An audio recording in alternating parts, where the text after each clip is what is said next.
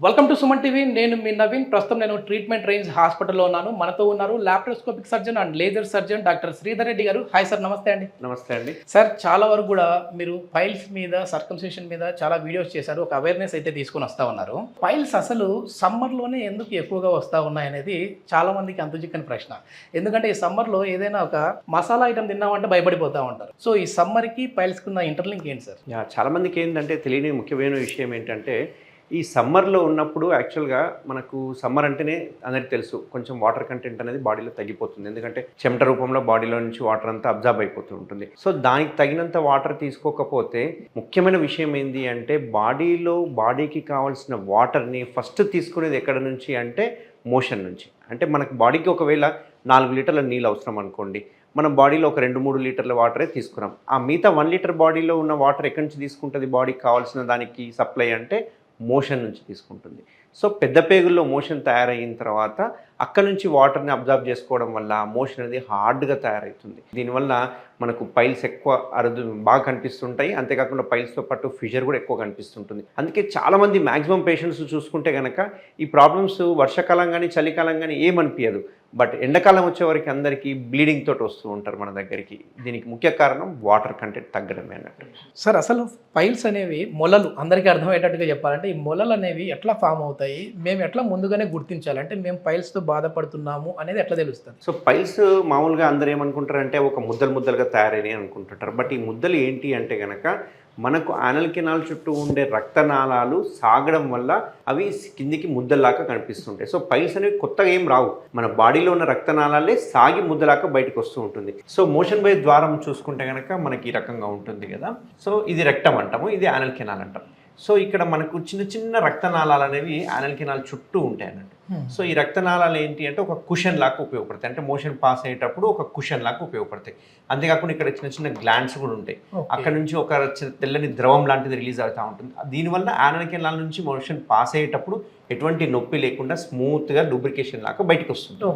But hard motion పోయే వరకు ఏమవుతుందంటే మోషన్ అనేది గోడలకు అతుక్కొని గట్టిగా రావడం వల్ల ఈ రక్తనాళాలు ఏవైతే ఉంటాయో మెల్లగా సాగుతూ ముక్కినట్లుగా చేస్తూ ఉంటారు కదా. సో అందుకే మోషన్కి వెళ్ళేటప్పుడు ఎటువంటి ముక్కడం అనేది చేయకుండా ఉండాలి. సో ఇట్లా ముఖ్య వరకు ఏమైతే అంటే ఈ రక్తనాళాలు అనేవి సాగి బయటికి వస్తూ ఉంటాయి. ఇట్లా బయటికి వచ్చి దాన్ని బట్టి మనము గ్రేడ్స్గా డివైడ్ చేస్తాం అన్నట్టు. గ్రేడ్ 1, 2, 3, 4 అని చెప్పేసి 3-4గా డివైడ్ చేస్తాం అన్నట్టు. సో పైల్స్ అంటే నథింగ్ బట్ అక్కడ ఉన్న మోషన్లో ఉండే రక్తనాళాలే సాగి మనకు ముద్దలాగా ఇప్పుడు స్టార్టింగ్ స్టేజ్లోనే ఉంది అని మేము ఎట్లా తెలుసుకోవాలి సార్ ఈ సమస్య ఉన్న వాళ్ళు? ఈ మోషన్కి సమస్య ఉన్న వాళ్ళంటే మెయిన్గా మలబద్ధకం ఉన్న వాళ్ళు ఏంటి అంటే మోషన్ వెళ్ళేటప్పుడు హార్డ్గా వెళ్ళడము, రెండవది రక్తం పడడము. ఆ రక్తం కూడా పైల్స్లో ఉన్న రక్తం ఎలా పడుతుంది అంటే కనుక రక్తం పడేది వాళ్ళకి తెలియదు, అంటే పెయిన్లెస్ బ్లీడింగ్ ఉంటుంది అన్నట్టు. పెయిన్ ఉండదు, అస్సలు పెయిన్ ఉండదు, జస్ట్ పెయిన్లెస్ బ్లీడింగ్ ఉంటుంది అన్నట్టు. సో మనం చూసుకుంటే కమ్ముడంతా చిట్లిపోయి చుక్క రక్తం కారడం ఇట్లాంటివన్నీ చూస్తూ ఉంటాం అన్నట్టు.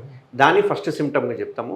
సెకండ్ సిమ్టమ్ ఏంటి అంటే ఏదో ఒక రకమైన డిస్కంఫర్ట్, మలద్వారం దగ్గర మోషన్ పోతున్నప్పుడు ఏదో అడ్డం పడుతున్నట్టుగా, ఏదో ముద్దలు బయటికి వచ్చినట్టు అనిపించడము, అవి తోసుకోవడము, మళ్ళీ తోసుకుంటే లోపలికి వెళ్ళిపోతుంటాయి, తర్వాత మళ్ళీ బయటికి వస్తాయి, కూర్చోడానికి ఇబ్బంది పడడము, ఇట్లాంటివన్నీ మనకు పైల్స్లో యొక్క లక్షణాలు. ఓకే, కొద్దిమంది మామూలుగా మోషన్కి వెళ్ళినప్పుడు ఇన్కంప్లీట్ బౌలింగ్ అంటూ ఉంటారు కదా సార్. అంటే పూర్తిగా మేము కూర్చున్నామా లేదా అనేది కూడా వాళ్ళకి అర్థం కాదు.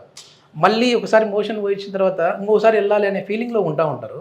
సో అది ఇది రెండు సేమా లేదంటే అది సపరేట్ కిందకి వస్తుందండి? మలబద్ధకం అనేది చాలామంది ఏంటంటే ఒట్టి గట్టి మోషన్ ఒకటి పోతేనే మలబద్ధకం అని అనుకుంటారు. బట్ మలబద్ధకంలో రకాలు ఉంటాయి. అదేంటంటే మలబద్ధకం అంటే ఫస్ట్ అంటే మామూలుగానే మోషన్ హార్డ్గా పోవడాన్ని ఒక టైప్ ఆఫ్ మలబద్ధకం అంటారు. ఇంకొక టైప్ ఏంటి అంటే మోషన్ని కంప్లీట్గా ఎవాక్యుయేట్ చేయకపోవడం. అంటే మొత్తం ఒకసారి కూర్చున్నప్పుడు మోషన్ అంతా బయటికి రాదు, వాళ్ళకు స్టెప్గా వస్తుంటుంది. అందుకే చాలామంది నాకు మంచి హ్యాబిట్ ఉంది, 3 సార్లు పోతా రోజుకి, నేను 4 సార్లు పోతా అంటారు. అది 4 సార్లు పోవడం మంచి హ్యాబిట్ కాదు, అది కూడా ఒక టైప్ ఆఫ్ మలబద్ధకం.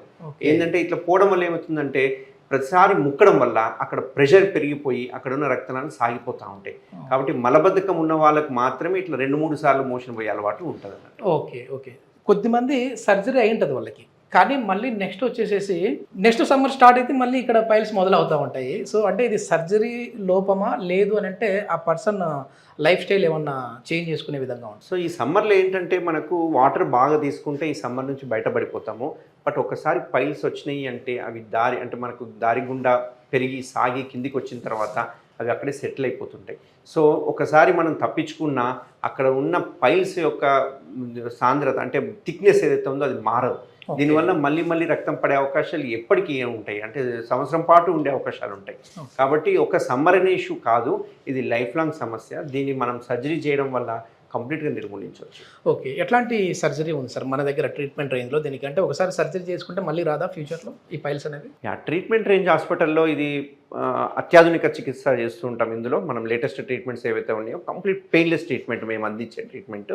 సో ఇందులో చాలామంది అంటే కన్వెన్షనల్ మెథడ్ అంటుంటాం. కన్వెన్షనల్ మెథడ్ అంటే ఒకప్పుడు నేను చదువుకునే రోజులు కావచ్చు, దానికంటే ముందు రోజులు కావచ్చు, అక్కడ కోత పెట్టేసి మనం తీసేసేవాళ్ళం. సో తీసేయడం వల్ల ఏమవుతుందంటే 1-2 కంటే ఎక్కువ తీయలేము. మూడోది తీసేస్తే స్టెనోసిస్ అంటాం, అంటే యానల్ స్టెనోసిస్ అంటే యానల్ కినాల్ దగ్గరికి అయిపోతుంది అన్నట్టు. సో ఇందులో చాలా పెయిన్ఫుల్ ఉంటుంది. అందుకే పూర్వకాలం చూసుకుంటే కనుక పైల్స్ ఆపరేషన్ అంటే ఆ చుట్టుపక్కల ఏరియాలో అందరికీ తెలిసిపోతుంది, వీడు పైల్స్ ఆపరేషన్ చేసుకున్నాడు అందుకే ఇంటికి బయటికి రావట్లేదు, ఎందుకంటే అంత రకమైన పెయిన్ ఉంటుంది. సో పైల్స్ ఆపరేషన్ అంటేనే భయం అన్నట్టు. అవును సార్. బట్ ఇప్పుడు మన ట్రీట్మెంట్ రేంజ్ హాస్పిటల్లో మనం చేసే లేటెస్ట్ ఏంటి అంటే ఎటువంటి కోత కుట్లు లేవు, ఓన్లీ కంప్లీట్ లేజర్తో సర్జరీ చేస్తాం అన్నట్టు. నార్మల్గా ఎన్ని రోజులకి మళ్ళీ వాళ్ళు నార్మల్ లైఫ్ లీడ్ చేయొచ్చు? ఈ లేజర్తో చేయడం వల్ల ఈ రోజు సర్జరీ అయిందంటే సాయంత్రంగా నెక్స్ట్ డే డిశ్చార్జ్ చేస్తూ ఉంటాము. ఇమ్మీడియట్గా నెక్స్ట్ డే నుంచి వాళ్ళ పనులు చేసుకోవచ్చు. ఎటువంటి బ్లీడింగ్ ఉండదు, ఎటువంటి నొప్పి ఉండదు, ఎటువంటి పథ్యం కూడా లేదు. ఇమ్మీడియట్గా వాళ్ళు డిశ్చార్జ్ చేయడం జరుగుతుంది, వాళ్ళు యథావిధిగా మళ్ళీ పనులకు వెళ్ళిపోవచ్చు. ఓకే, నైస్ సార్, చాలా మంచి information sir. Thank you sir. Thank you.